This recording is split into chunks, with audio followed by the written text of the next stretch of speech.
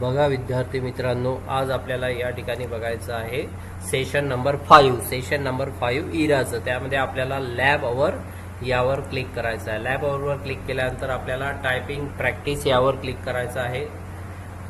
त्यानंतर आपल्याला start exam यावर क्लिक करायचं आहे।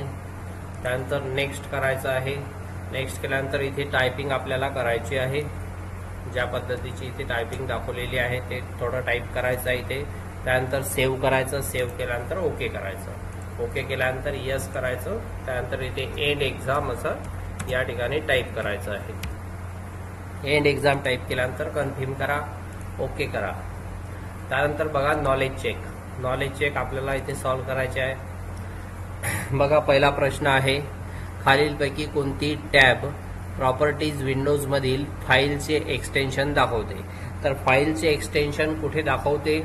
जनरल टॅब मध्ये।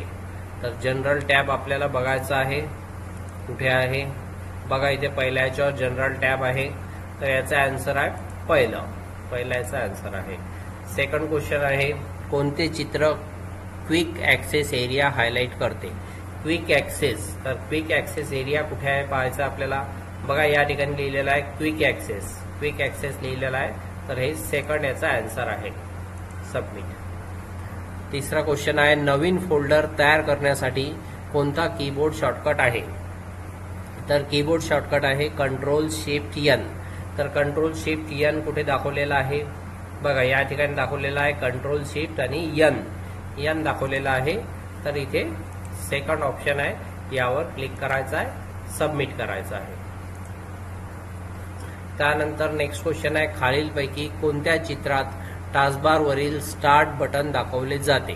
तर स्टार्ट बटन कुठे दाखवलेली आहे? बघा या ठिकाणी स्टार्ट बटन दाखवलेली आहे। हे याचा आन्सर आहे सेकंड। सबमिट। पाचवा क्वेश्चन आहे, खालीलपैकी कोणता घटक डेस्कटॉपचा भाग नाही? तर डेस्कटॉपचा भाग वॉलपेपर आहे, टास्कबार आहे, आयकॉन आहे, टायटल बार नाही आहे। तर हे तिसरा याचं आन्सर आहे। सहावा क्वेश्चन आहे, फोल्डर सिस्टीम तिच्यातल्या आणि यानी तयार होते? फोल्डर सिस्टीम कशाने तयार होते?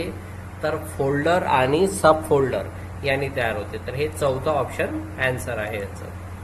सातवा क्वेश्चन आहे, विंडोज एक्सप्लोरर मधल्या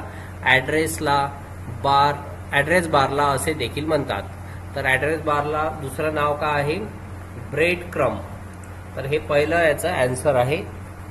सबमिट करायचं आहे। आठवा क्वेश्चन आहे, विंडोज एक्सप्लोरर मधील एक शोध बॉक्स आपल्याला कम्प्युटरमधील फाईल आणि फोल्डर शोधण्यास मदत करतो? तर शोध बॉक्स म्हणजे सर्च बॉक्स।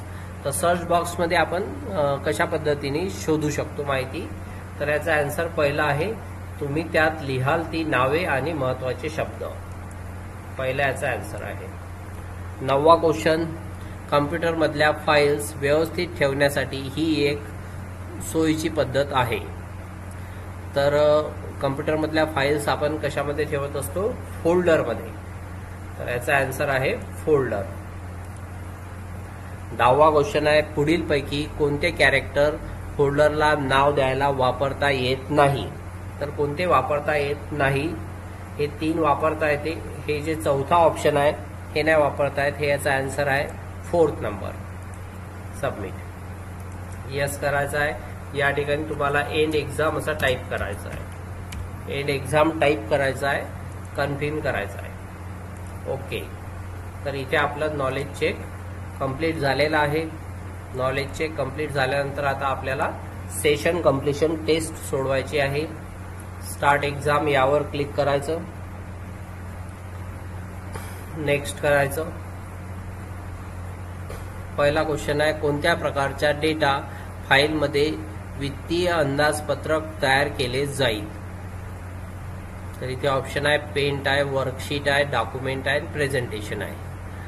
तर फायनान्शियल बजेट आपण कशामध्ये तयार करतो?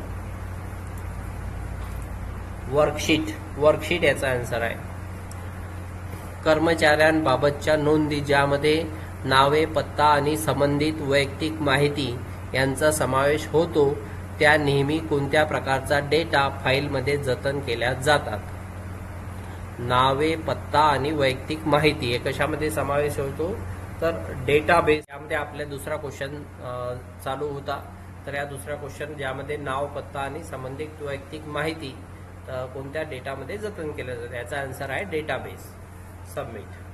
तिसरा क्वेश्चन आहे इंटरनेट हे जगातील सर्वात मोठे नेटवर्क आहे, याचा आन्सर आहे नेटवर्क. सबमिट. चौथा क्वेश्चन आहे मूळ फाईल खराब झाल्यास अथवा हरवल्यास वापरता येऊ शकणाऱ्या त्याच फाईलचा दुसरा संच म्हणजे बॅकअप प्रोग्राम होय, याचा आन्सर आहे बरोबर. सबमिट. त्यानंतर आपल्याला एंड एक्झाम करायचं आहे आणि एंड एक्झाम या ठिकाणी टाईप करायचं आहे, कन्फर्म करायचं आहे. तर बघा आपलं हे 5वं सेशन या ठिकाणी कंप्लीट झालेलं आहे. तर उद्याला आपण 6वं